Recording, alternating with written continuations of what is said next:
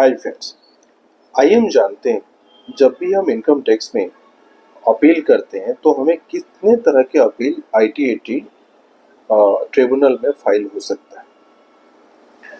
एक तो tax appeal होता है, दूसरा होता है स्टे एप्लीकेशंस, इसके अलावे जो क्रॉस ऑब्जेक्शंस है वो होते हैं और इसके अलावे जो एक मिसलेनियस एप्लीकेशंस है वो होते हैं।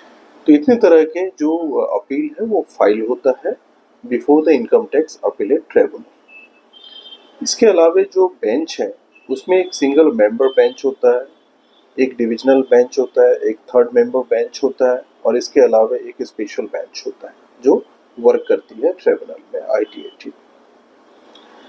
एक क्वेश्चन है कि अगर अप्लीकेंट ने अपील फाइल किया और अपील फाइल होने के बाद जो डेट फिक्स हुआ उसमें अपीयर नहीं होगा तो उस केस में उस अपील को रीस्टोर करने का क्या माध्यम है। अगर ऐसी परिस्थिति होती है तो उसको रीस्टोर किया जा सकता है, लेकिन अप्लीकेंट को जो एपिलेंट है उसको ये बताना पड़ेगा कि ऐसी क्या परिस्थिति थी, सर्कमस्टांसेस था जो आप अपीयर नहीं हो पाए। अगर वो सफिशिएंट रीजन और सेटिस्फैक्ट्री रीजन देता है तो उसको रीस्टोर किया जा सकता है। उसी तरह से जो अपील ऑर्डर पास हो डिसमिस हो गया है, वहाँ पे रेस्पॉन्ड अपीयर नहीं हुआ था, उसके वो भी वही प्रक्रिया को वो अपना सकता है।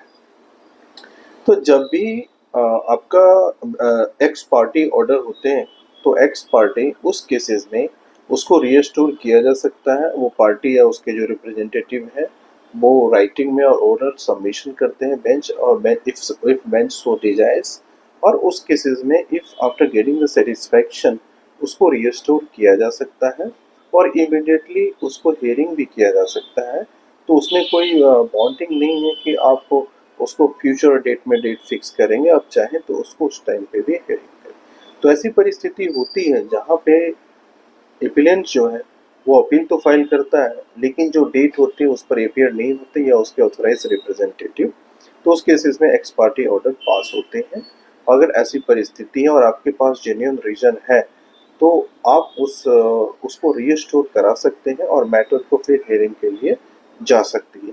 लेकिन कंडीशंस क्या है कि वो परिस्थिति और सर्कमस्टांसेस वो आपको बताना होगा कि किस परिस्थिति थी जिसमें आप आपको अपीयर नहीं हो पाए।